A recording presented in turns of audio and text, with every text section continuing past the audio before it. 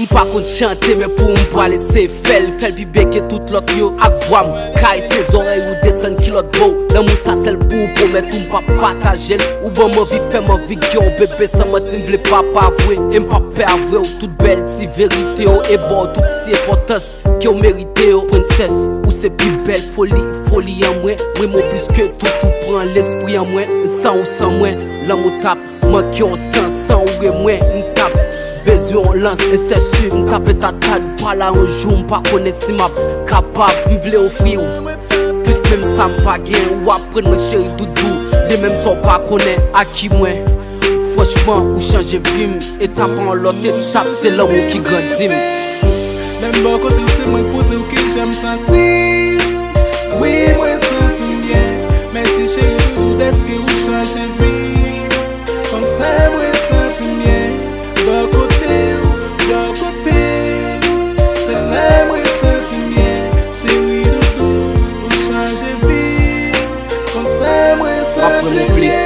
à tout défaut ni qualité ou yo c'est plus fort dans l'amour personne pas ka mettre une show forme de coup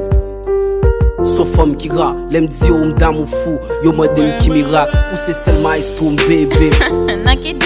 qui fait me sentir bien qui cause m'pas pi mal femme qui considère bien pas j'aime tete m'grabiaille tout ça au d'idée ou bébé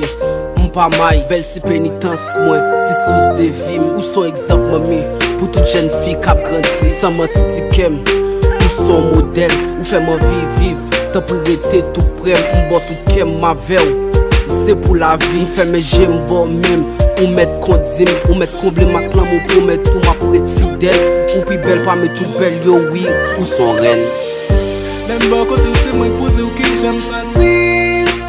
oui moi sentir bien mais si chéri doudou est-ce que vous changez vie comme ça moi sentir bien bon côté c'est là moi sentir bien chéri doudou vous changez vie comme ça moi sentir bien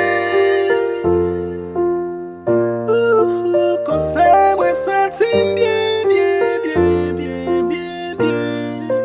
comme ça moi sentir bien baby à côté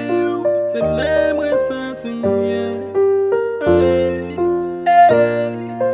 c'est là moi sentir bien.